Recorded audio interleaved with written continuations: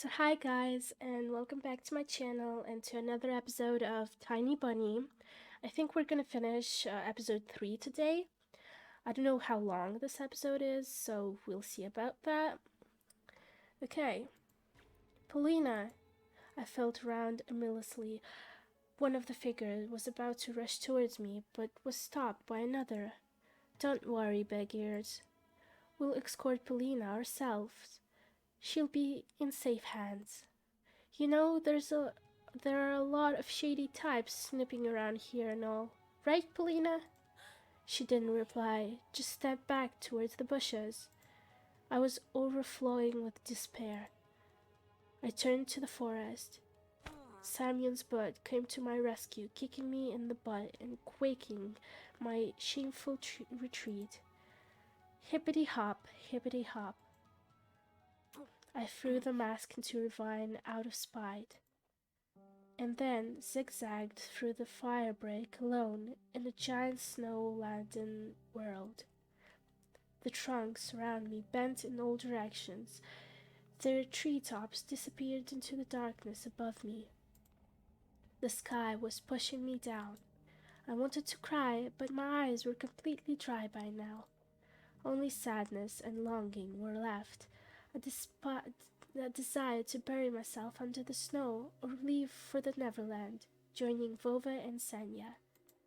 I didn't care where to go, just somewhere far away from here. Somewhere very far away.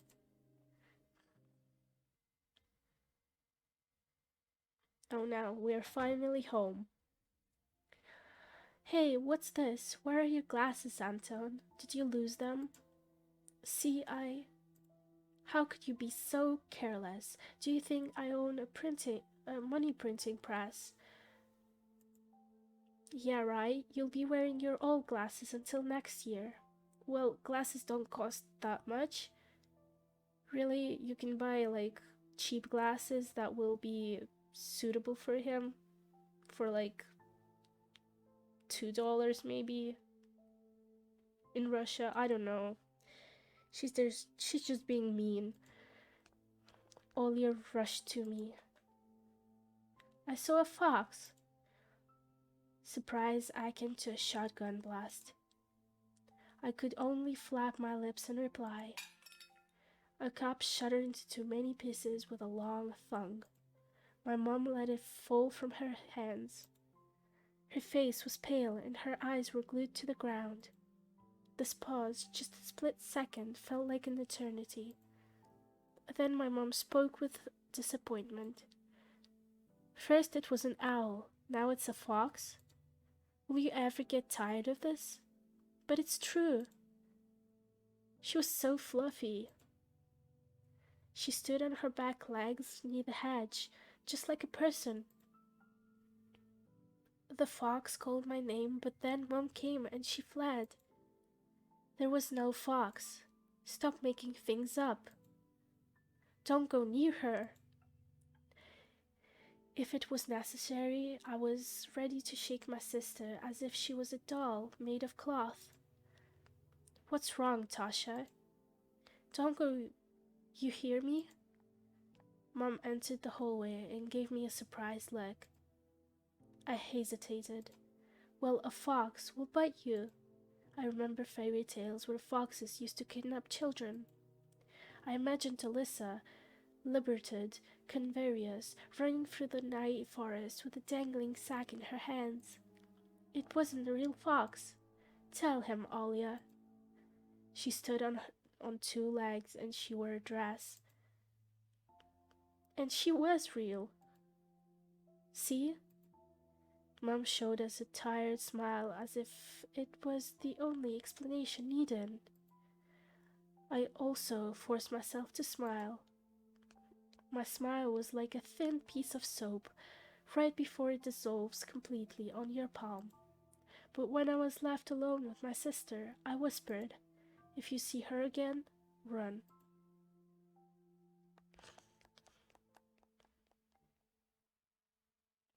I shut my eyes and threw the vitamins in my mouth, washed them down with water. Please stop driving me mad, please. I was doing my homework on a Friday evening, like usually. I had already finished the hard part. There was only my art homework left, my favorite subject. Okay, let's draw. I needed to draw some sort of a magic beast. But that's a dino. I wanted to draw a dino at first, but my brush reached towards the orange paint all by itself. Oh my god. One stroke after another, the picture of a fox started slowly forming on a piece of paper. She was almost popping out of the snow-white sheet. She stood on her back legs and wore a silly smile. My brush moved again, drawing a fluffy tail. A moment later, it dropped out of my weak hand. After I finished my drawing, I spent a while studying it in surprise, as if I couldn't understand where this red beast came from. The longer I looked, the scarier her smile felt. Carnivorous, fake, like a smile of a woman from adult magazine that were sold in press kiosk back in the city. All alluring smile, but masked deep-seated malice. And the fox's eyes turned out red, as if bloodshot. Oh wow. They looked more like bullet holes you see in action movies. I don't remember drawing them this way. I moved away from the table, and the lamp's light reflected from the wet paint. The drawing was glossy. It felt like the fox was watching me. Waiting. Are you deaf? I was just thinking. I'll ask you again. Have you seen your sister? She's hiding somewhere again. Something moved under my bed, and I froze. Olia's dirty face peeked out with a finger pressed to her lips. Shh. Olia, I can see you. Get out of here. You're covered in dust. Olia crawled from under the bed and started dusting off her stockings, looking down. Let's go. I'll read you a fairy tale. Keep your company until you fall asleep. That's a good dad. Why is she crying, though? I want to sleep with you, not in that room. It's... Mom entered the room. What, the owl again? And what do you think? Olia, it won't come anymore. I chased it away. Olia shook her head in defiance. You didn't. And it will come. It said that it will come every night. Ugh, it talks now. Olia ignored the question and then asked with newfound determination. Can I sleep with you? Please? This will be the last time. Oh my god, what was that sound? Why don't let her sleep in my room? I thought it was a great idea, but Olia shook her head again. No, I don't want your room. It watches you too. I felt goosebumps all over my body. Enough. There's no owl. You're sleeping in your own room tonight, got it? Mom, please. Please. Mom took Olia's hand and tried to lead her out of my room. Let's go, sweetie. Don't bother your brother. Olia clutched the bed's head with her free hand. Please, please, please. I don't want to go to it. Mom was tugging Olia towards herself, but she didn't budge. Only the bed's head squeaked in agony. Again, that sound, really? No. What the heck is that? Dad intervened by picking Olia up and carrying her out of the room, despite her desperate protest and pleas. No, don't take me to it. It's going to watch me again. I've listened to them struggling to make my sister go to bed for a while. Oh, she's scared.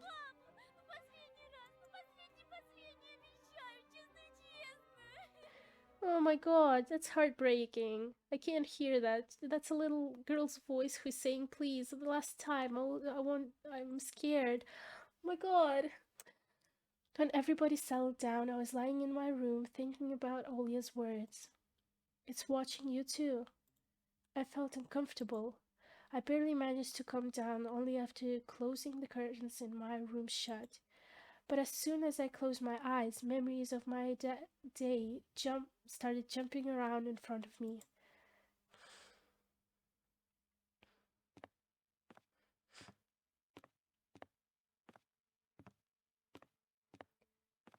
I was in the middle of the stuffy school corridor.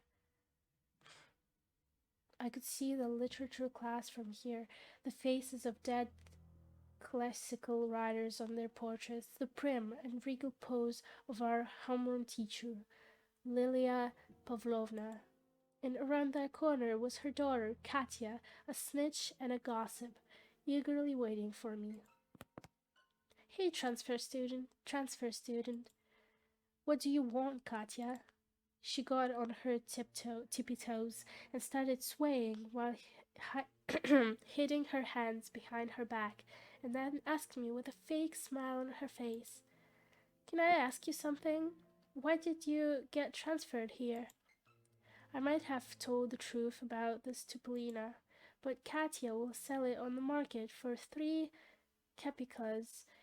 It would be the same as printing all my thoughts and hanging them near Vova's picture for everyone to see.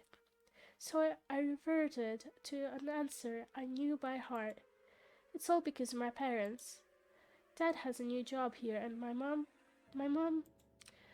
But Katya didn't even listen to me. She just rushed towards the perked up ears of her friends, whispered something while stealing glances at me and giggling. Yeah, right. He takes us all for fools. I've heard it's all because of his father. He crossed the road of some big shot and now their family is hiding in our remote little village. That's not true. You're lying. And did you hear how Berberin beat him up? And all he could do was look all pathetic and take it? Stop it, you knew he wasn't alone. And if that wasn't enough, there are rumors that this weirdo carries a bunny mask with him wherever he goes. Who is their right mind would do something like that, huh, girls? I see. Our Antoshka must be truly special. Oh my god, they all don't have eyes. This looks so creepy.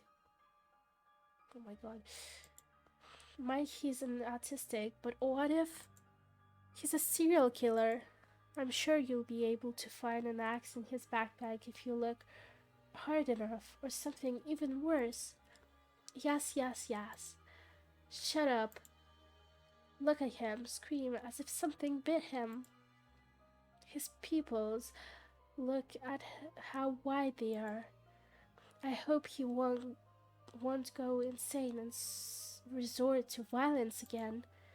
I mean, there must be a reason his mom always feeds him those pills, right? Wait, how does she know about the pills? I just stood there in confusion, trying to vain to understand how she found out about my medicine, and what scared me even more was the possibility that her nonsense had some truth mixed in. How is that possible? How does she know about the little sister? Like, he's insane as his little sister. How does she know about the little sister? Can you imagine that she says a human-sized doll visits her every night? How? But not a single healthy person has seen it, and this simpleton believes her. Can you imagine that? And then I caught a single kind look from the smirking crowd. How could it be, Anton? Are you unwell? Polina, please listen to me. Yeah, right? Don't listen to this liar, Polinochka. He's probably never been to Moscow. This loser can't even stand up for himself. and he won't be able to defend you if it comes down to it. He'll run away to protect his own skin. Wiggling. Polina slashed as someone kicked her in the stomach and then burst out in tears and fell to the dirty floor, wailing and screaming. No, no! Why, Anton, why? I couldn't understand her reaction, but I still rushed to Polina's side before getting shoved violently by Katya. Get your paws off of her, you monster! Rage was building up under the veil of my fear. It slowly rose from cloudy mist. I felt my upper left creep up, showing my teeth. Wait, is he really in school, or is he just like, um, or is this just like a dream? Nobody can speak about my family like that. I came to sense when I already lunged at the angry Katya. Aha, he wants nuts. Nuts. Help, help, Petrov wants to completely insane. Oh my god. At the same moment, the crowd around her became louder. It started whistling and roaring and growling.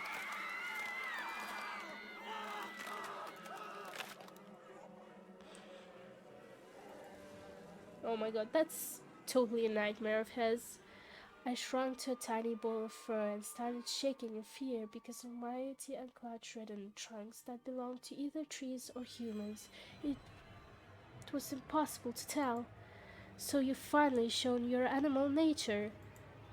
Coward.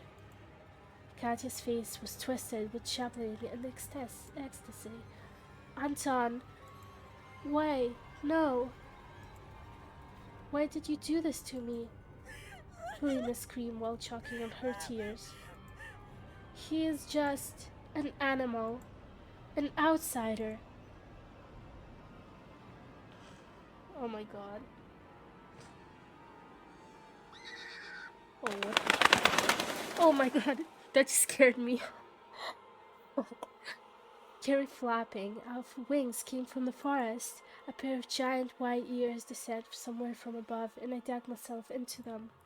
Anton! Anton! Please! Wake up! I jumped up, almost falling out of bed. Okay, that was a freaking nightmare. Apparently, I was hashing around the house on the sweet-soaked sheets. Olia's scream pulled me out and set me free from the tentacles of fear. Anton, please, wake up, wake up! I took my eyes well to focus on the silhouette near the window. Olia's voice was distant, but my head was still ringing after the fight. Sounds got distorted, as if my ears were stuffed with cotton. My sister, as distressed as ever, just kept on repeating the same phrase. The owl, please, I'm scared.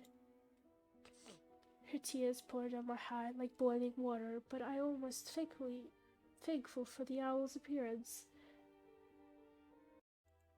Otherwise, the scared Olia wouldn't have woken me up. Wait a second, Olia. Want me to read Murzilka for you? Give me... I placed my bare heels on the cold floor, felt around for my glasses, remembered Tommy and his underhanded act, and sighed. Anton, please, please, look. She couldn't tear her eyes off the window, as if it was a steering contest. I found the light switch with my hand. The lamp poured the bright light all over me. I got up. My vision flew me, moving the window closer, only to push it further the next moment. My sister was just a blurry spot. I took a hesitant step forward. Olya? What's there? What happened? Do you want me to open the curtains? No, please don't. The owl is there. The voice was coming from behind. I turned around and froze from terror. Oh my god. Teary-eyed Olya stood in the doorway. Who? Who were you talking to right now? She stared at me with eyes that were red from crying, with her hands wrapped around her shoulders. Her voice was nervous, as if she was afraid to hear my answer. I was talking to you, to someone who pretended to be you. The ledge outside my window creaked as if someone huge was sitting on top of it. Oh my god.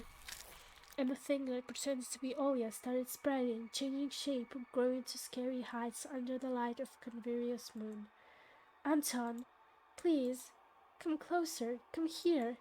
The voice didn't belong to my sister anymore. The thing that was hiding behind my curtains got tired of pretending, making me look like a fool.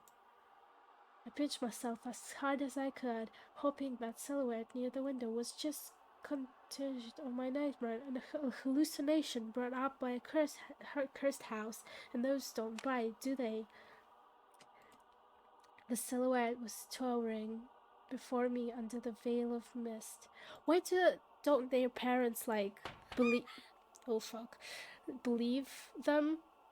Like, I know a lot of parents don't believe their children, but like, if my child would say there's an owl outside, a big thing that was like looking at her, I would freaking sell the house and move somewhere or burn the freaking house down. It came to get us. Another knock. I stepped back into the middle of the room, as if there exist nooks where I could hide from this horror. Knock knock. The sound was sharp, metallic. Okay, what the heck? Come on. Oh my god. The darkness that was waiting for the exact moment pushed from all angles and enveloped me. There was only this window left in the whole universe. Moonlight poured through it, painting everything the color of bones that were exhumed from the crypt.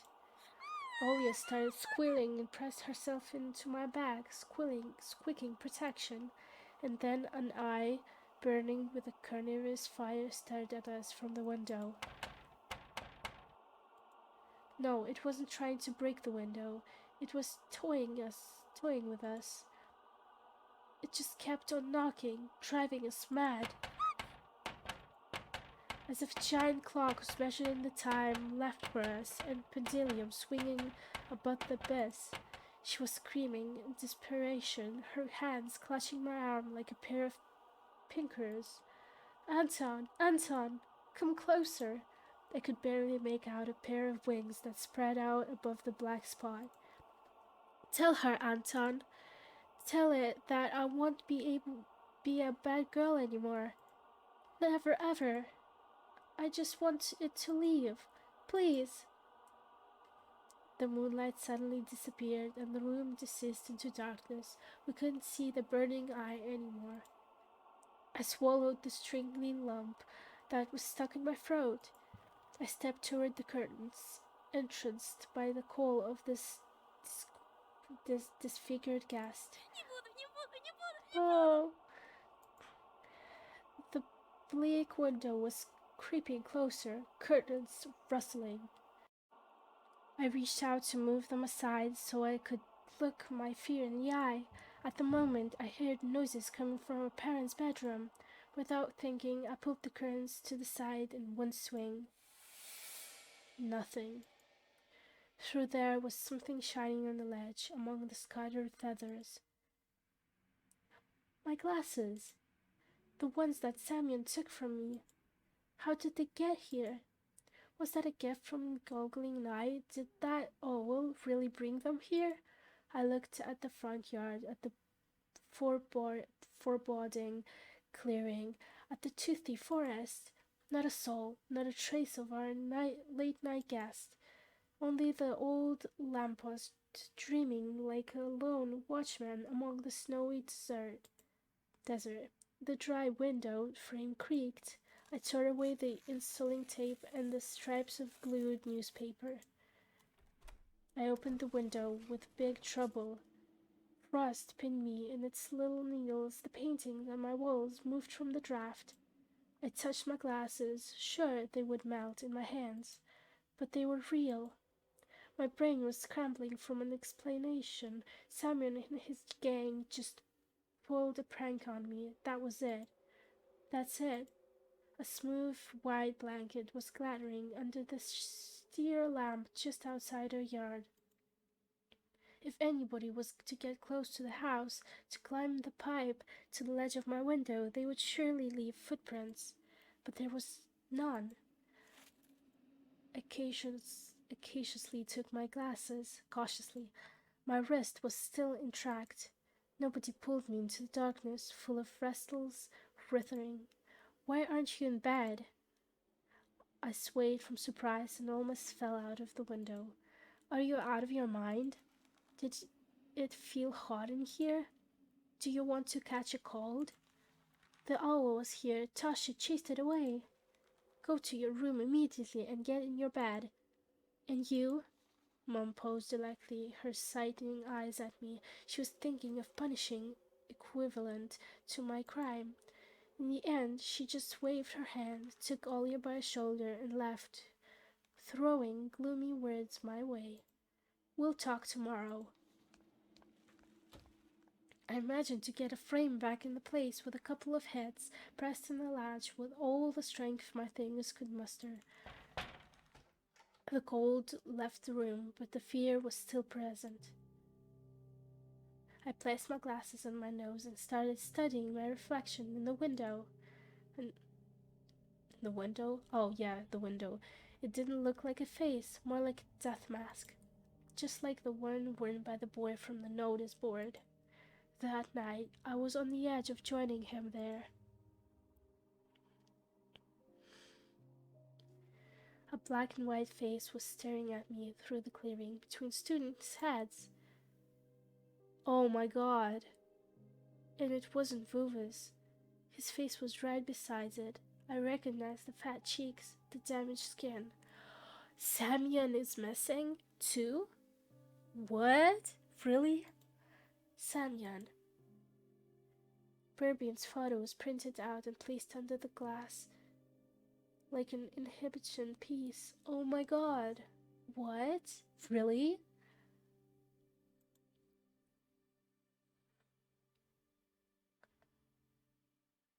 Oh my god.